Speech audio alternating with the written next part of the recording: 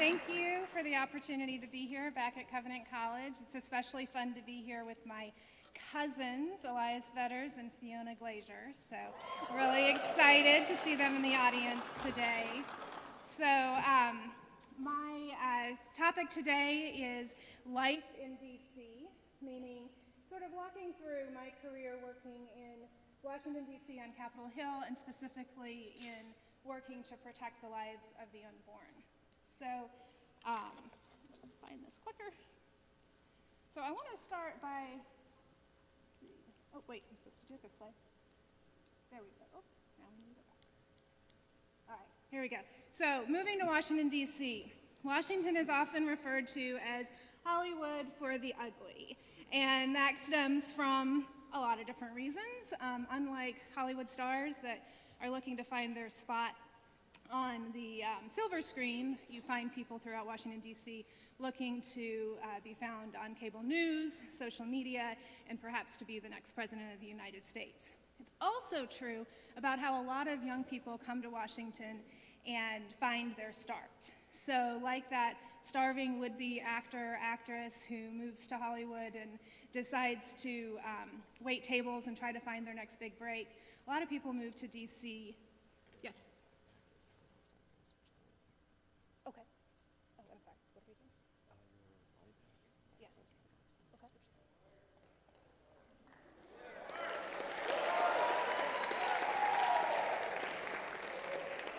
All right. Is that better? Sorry. Okay. All right. We got our technology down. Thank you. Thanks. All right, so a lot of people move to DC, and they, there's lots of people who want to work on Capitol Hill, so you kind of have to be in town to be looking for a job. So like the Hollywood actress working at a restaurant, I moved to DC in the winter of 2002, got a job at the Macaroni Grill, and spent my nights working there and my days walking around the halls of Congress looking for a job.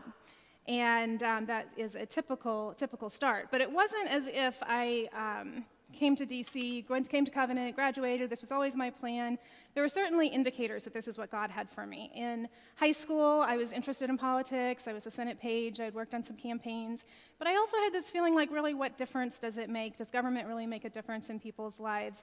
You know, maybe I should be a doctor. So I spent a semester in the biology department, and that was not my calling. So way to go for those of you who are in a pre-med major. But for me, that was not my calling. So I majored in business and history. After graduation, I went to work for a small business. But in the fall of 2001, kind of just felt this draw. Should I move to DC?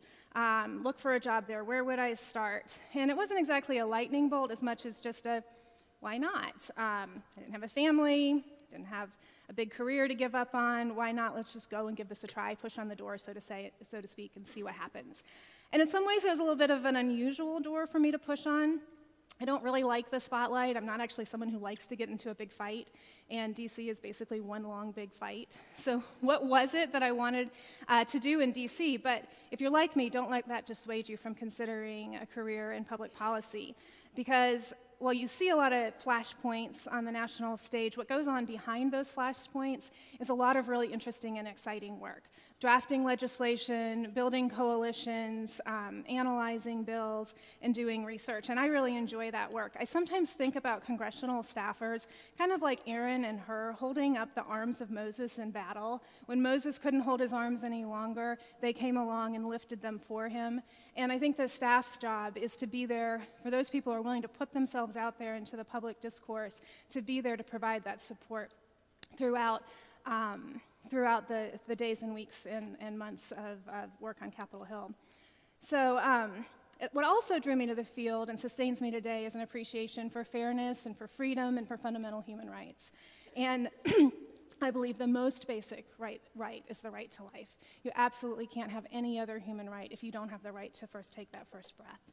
And I think even if full-time political work isn't your thing, I really want to drive home the point that these freedoms and human rights cannot be taken for granted. Christians cannot be absent from the democratic process. It's the voters who determine the legal framework under which we live out our lives and our faith, and when we don't participate, we're giving the right to decide that framework to our secular neighbors.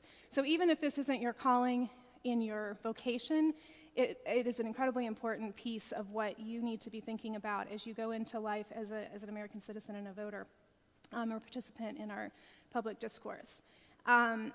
So I always pray for God's favor and guidance and wisdom in my daily activities, but I also always constantly remind myself that the outcomes of my work are in God's hands. Sometimes we wonder, are we making any progress? And that is an important question, but I think that Daniel also put it well, that his job was to ask for wisdom, but the job of setting up kings, removing kings, setting up other kings, and giving wisdom to the wise and the knowledge is the work of God.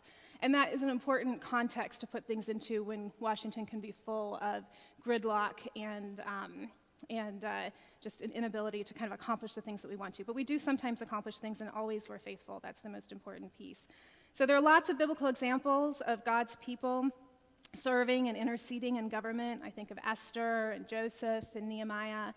But Daniel's a great model because he came into public service in the king's court as a young man.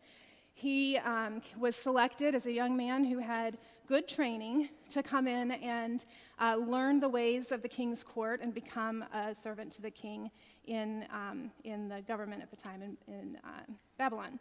So like an intern, or like me, getting my first job, so I got my first job working for a member of Congress from Florida, Congressman Dave Weldon, who was he's no longer in Congress, but at the time was a leading advocate for the right to life.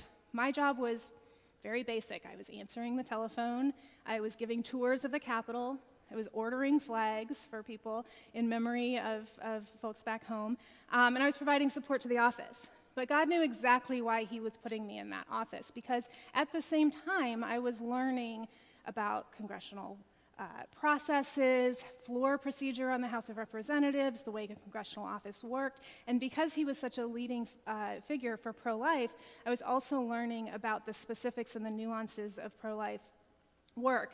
So God knew when he put me there. I was just looking for a member of Congress I liked, who I could go to work for. But he knew he put me there because he had plans for me down the road to continue to dig more deeply into that issue. And then right off the bat, Daniel had an interesting situation where he was asked to eat food that God had forbidden. And so he immediately had to exercise negotiating skills. That is a huge part of what we do in Washington. And what's neat about what Daniel did with his negotiating skills is that he didn't just go straight to a stalemate. He instead looked at what his opponent in the discussion had to say, which was, well, gosh, if you don't eat this food from the king, you might be too skinny and I'm going to get in trouble. And he said, okay, well, let's just try. So he came up with a compromise, or with a interim trial period. And so he tried, they remained healthy, and they were allowed to eat according to God's teaching.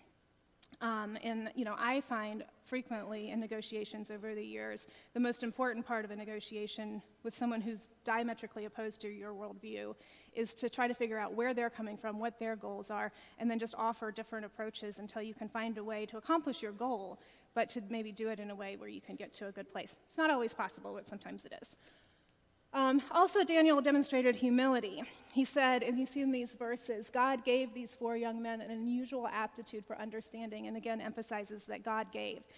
You don't find a lot of humility in Washington, D.C. People are pretty full of themselves at times, it may seem. But there are a lot of humble individuals as well. And when we put these things in the context of God being sovereign and humbly doing our work, I think that we're able to be much, much more effective and put ourselves aside and instead focus on the work that needs to be done. Daniel also demonstrated excellence, not only in the big moments, but also in the small moments, so the work in between. So we think of Daniel running in and interpreting dreams.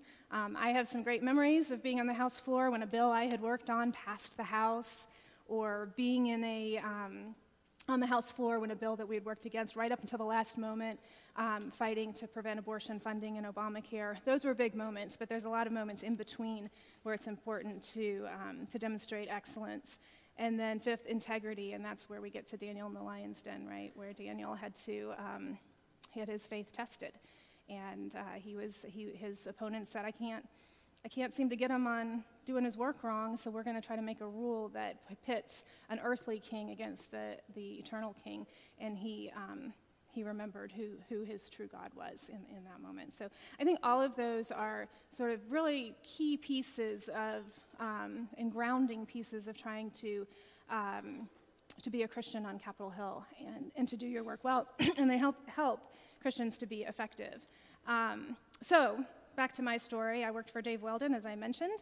Eventually, I joined the staff of the Bipartisan Congressional Pro-Life Caucus, as was mentioned. I then served there as the executive director for over a decade and had the opportunity to work under the leadership of Congressman Christopher Smith. Congressman Smith has been in Congress since the 80s, so probably longer than many of you have been alive, and throughout those years he has demonstrated a deep dedication to human rights, whether that's human trafficking, religious freedom, and the right to life. So I am very privileged to have had the opportunity to work under him and to work with a wide range of members. More recently, 2 years ago, I then moved to the Susan B. Anthony list, where I'm proud to advocate for pro-life laws both on Capitol Hill and in the executive branch. So my job is to lobby government specifically on the issue of abortion. And I remember one time I went into a negotiation over some language, and it was people I didn't know, and some member had brought me in, and they wanted me to help figure out how to get this language straight so there wouldn't be any abortion or pro-life problems with it. And I said, yes, I'm kind of an abortion specialist. And this person kind of looked at me like, who would want to do that? And I am pleased and proud to have that expertise because, as I mentioned before, I don't believe that any human right can be, clearly no human right can be enjoyed if you don't first have that right to take that first breath and that first right to life. And so as long as our culture devalues the lives of some, we're really devaluing the lives of all. So I have a couple verses for you here. Our biblical calling is to defend the weak and the vulnerable. People are special because they're made uniquely in the image of God. We are to give justice to the poor and the orphan, sometimes called the fatherless. God creates a unique individual in the womb, something that's evidenced by science. We are to speak for those who cannot speak for themselves, those being crushed, the poor and the helpless. What we do for the least of these, we do for the Lord. It's hard for me to imagine a person more helpless, more vulnerable, or more the least of these than a helpless unborn child who is literally being crushed in an abortion.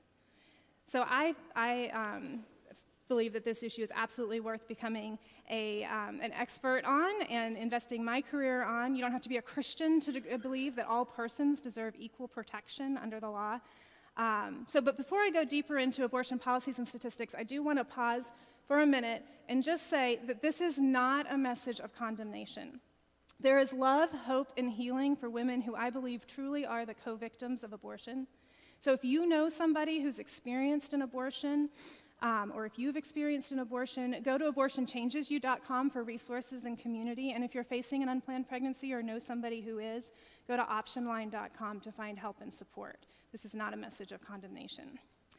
On the other side of that, I want to now go into some of the pro-life policies and topics that are incredibly important. Oftentimes, I think Christians fall into a bit of a complacency about abortion. We believe it's wrong, but not kind of forgetting the magnitude of the issue. So every year, there are 926,200 abortions per year, 332,757 carried out by Planned Parenthood alone. That means in the time we spend here together, 60 preborn babies will have lost their lives, and 22 at the hands of Planned Parenthood, the largest abortion chain.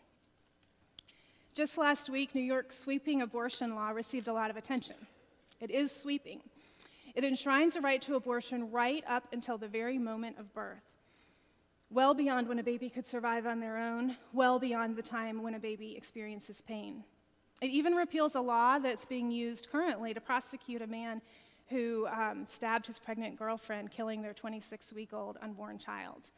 That law is currently being used to prosecute this man for manslaughter or for homicide, but even that law was repealed under this New York sweeping abortion law that was signed into law last week when Governor Cuomo celebrated by lighting the World Trade Center pink. So you see that here in a celebration of this reproductive rights law.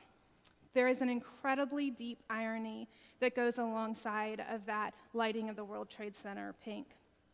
When you look just down below in the memorial, remembering the lives lost on 9/11, there are 11 unborn children who lost their lives. 11 babies memorialized at the World Trade Center while abortion rights are being celebrated overhead. On the other side of the coin, we have children with disabilities being targeted, but there's good news there. Ohio has passed a law that has protected children with Down syndrome from being aborted. Of those diagnosed with Down syndrome in the womb, as many as 85% are aborted in the United States, leading to a 30% reduction in the Down syndrome population. The statistics are even more dire in other countries, 98% in Denmark, 90% in the United Kingdom, 100% in Iceland. Now that's 100% of the babies diagnosed, so it's particularly telling that you see this expert in Iceland who says, well, yeah, there were 2 babies who survived, who escaped, essentially, the search and destroy mission. There were 2 babies born in Iceland who had Down syndrome because we didn't find them in our screening. A literal search and destroy mission for children who have Down syndrome. And I'm proud to say that Ohio has passed a law the Supreme Court will likely consider that protects babies with Down syndrome from being targeted for abortion. Abortion discriminates against our fellow humans based on their size and location. The risk for children with disabilities is greater, but that discrimination goes well beyond disability to race and poverty. The black abortion rate is 3.4 times the white abortion rate. 75% of abortions are carried out on poor or low-income women. Some would like us to believe that abortion is rare in the United States. It is not. There have been 60 million abortions since Roe was handed down, equaling the entire population of 18 states. 19% of all pregnancies end in abortion, and 40% of unplanned pregnancies end in abortion. 926,000 a year is more than the number of lives lost to cancer. It's more than the number of lives lost to heart disease. While there's a temptation sometimes to overlook this topic, the statistics cannot be ignored. Nearly half of all abortions are repeat abortions, and abortions in cases of rape, incest, or to save the life of the mother make up less than 2%. Studies would just add that abortion abandons moms and babies both to the plight of abortion. Abortion is heartless to the mom as it is to the baby. Studies have found that abortion contributes to preterm birth in future pregnancies and increases the rates of suicide and depression. All too often, women are pressured or coerced to having an abortion, leaving them to believe that they're entirely alone without options. But there is good news on that front. Pregnancy centers now outnumber the number of abortion centers by 4 to 1.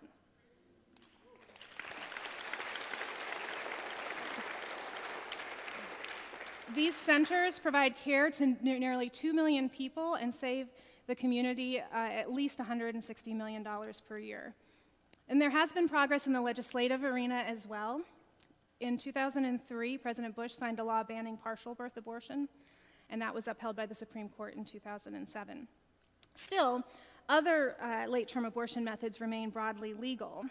The fact that we do not have a national prohibition on abortion after 20 weeks when a baby feels pain puts us in the company of only 6 other countries. We are one of only 7 countries that allow abortion past the midway point, and we're in the company of China and North Korea.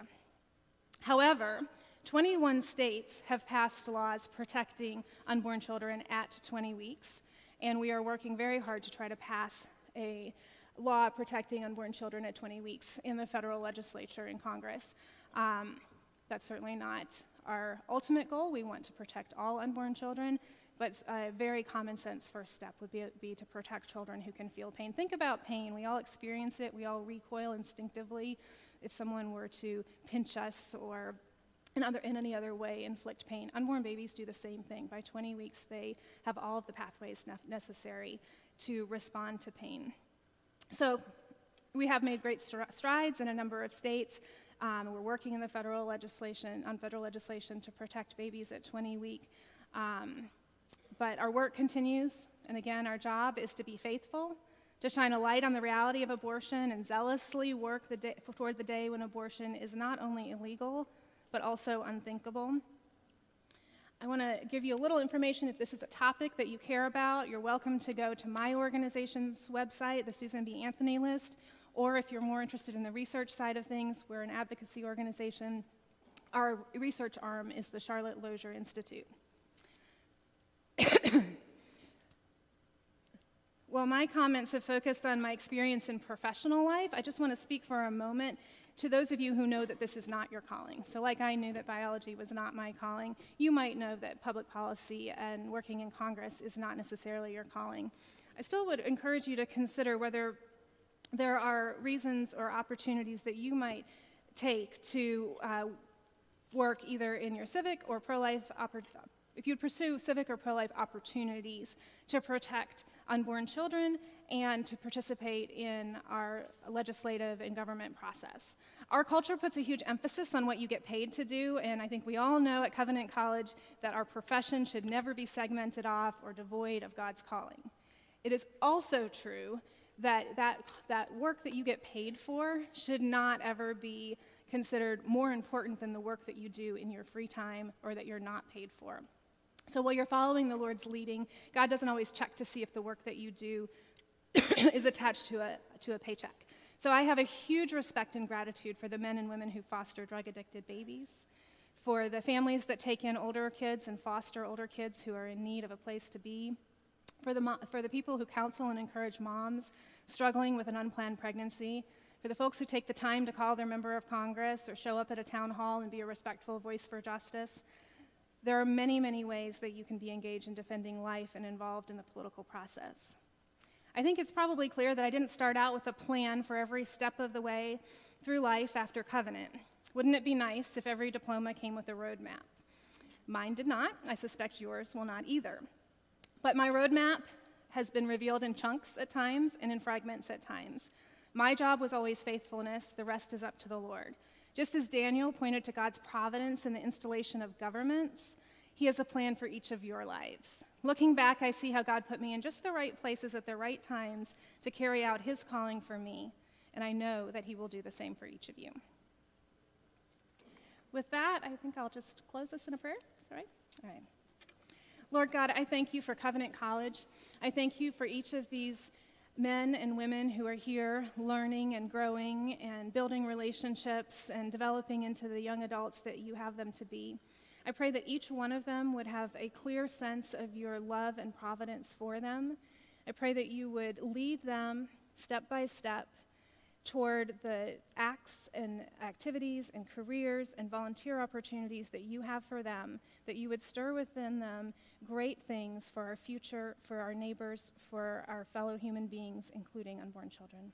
Amen.